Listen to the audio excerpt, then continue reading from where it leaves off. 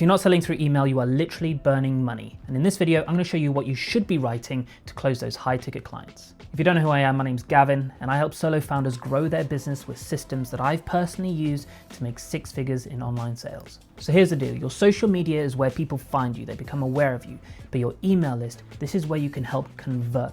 Now, most people, they work really hard to get that lead in the first place, but then they ghost their list completely.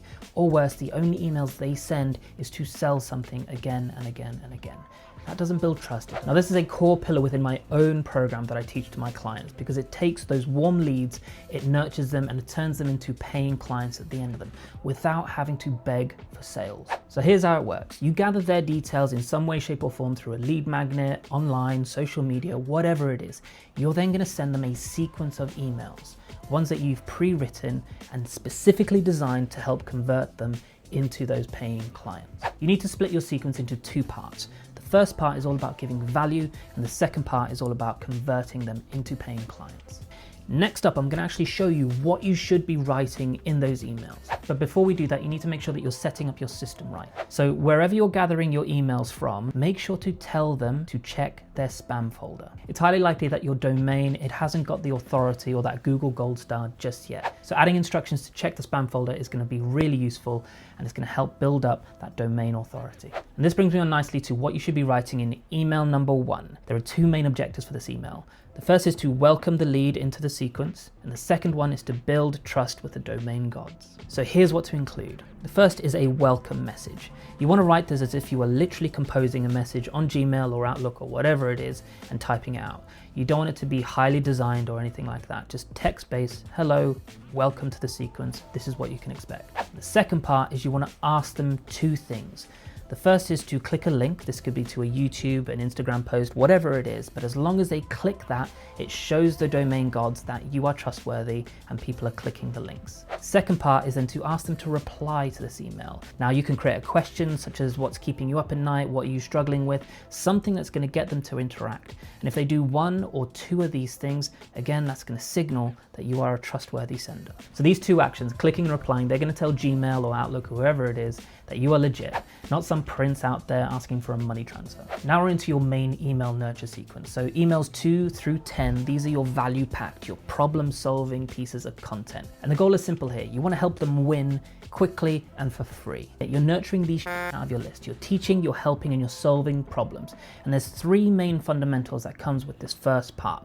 And here they are. Number 1 is about giving away your Legos. You don't want to be gatekeeping your best stuff because your customers or potential customers, they're going to find that information somewhere else and then you've lost a potential deal there. Number 2 is about listing out all of the pain points. Write a massive list of every single pain point that your customers go through, and those are going to be the subjects of the emails that you write to them. And number 3, of that list, pick out the easy wins and then start writing those emails. And the way to think about this is what's something that's really obvious to you but can be a game changer to your potential customers. That's your email topic. Now write these emails based on those big pain points that you wrote out, simple actionable tips that they can implement in under 30 minutes, stories from your journey, your wins, and also include the mistakes. You're human, you're gonna make mistakes, and it just helps you connect with your audience a little bit easier. And then send them templates, checklists, things that they can actually use that will help them in their journey. So example topics could be like how I planned 20 pieces of content in 20 minutes, what I did to land a 16K client with 1 email, or the 3 beliefs that are holding solopreneurs back, that type of stuff. Now remember, don't pitch. Nothing about your offer, just help them. Now onto the second part of this email sequence. This is where we shift gears slightly. Not to become pushy, but to show them that you can get results. And there are 3 main fundamentals that I use within the second half of the email sequence. And the first thing to do is to introduce proof. Share stories, testimonials, screenshot, results that you can do what you say you can do. This isn't hype, it's just evidence, okay? The second part is to tackle objections. Think about all of those objections that you get, whether it's in sales calls or reasons why people don't buy, and then gently dismantle them in the emails that you write. So this part of the sequence should subtly sell without actually asking them for the sale. We're just showing those outcomes and the results. Now you present the offer, but you do it in a clean and easy way. No dodgy tactics, no fake urgency, just real talk. So you want to include what the offer is, who it's for, why it works, and then how to join. And if you run a cohort model or a limited spots type of product, then tell them that. You can build real urgency to let them know that doors are opening on this day and they're closing on that day. But really importantly, don't fake it. If you say you're going to close on this particular day, then close enrollment. Don't lie, because then you're just going to completely ruin all of the credibility and the trust that you've built up if you just keep it open. So make sure you do that. And what's really important is that you need to remind them. It's okay to nudge them and let them know these dates. Why? Because not everybody actually reads their emails. So you want to make sure that you're putting this into your emails, and then don't bury your call to action within the copy.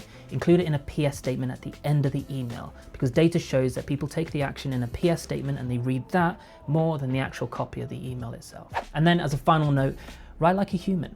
Write like you are sending this directly to one person.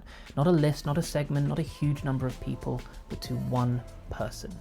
It'll resonate more and it will help convert them in a much better way. And that's how you build an email list that actually buys, because they feel like they know you. So remember, your emails, they're an extension of your personal brand. They should sound like you. They should help people. And when the time's right, people will then buy from that connection. And this is just one slice of the IdealList strategy that I teach in my program, Ideal Business Pro. If you want to learn more about it, then head over to my Instagram and DM me the word 7 and I'll send you all the information.